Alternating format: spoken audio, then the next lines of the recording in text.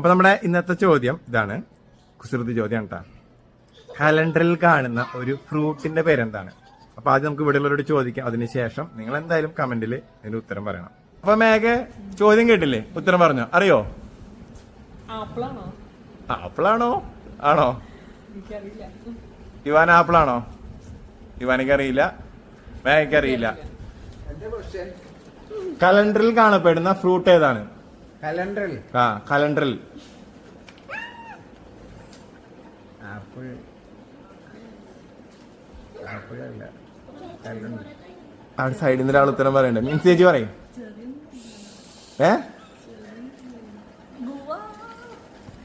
അറിയോ?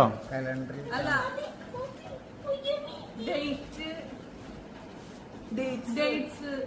ഡേറ്റ്സ് ആണോ? എനിക്കറിയില്ല. അപ്പൊ എന്തായാലും നമുക്ക്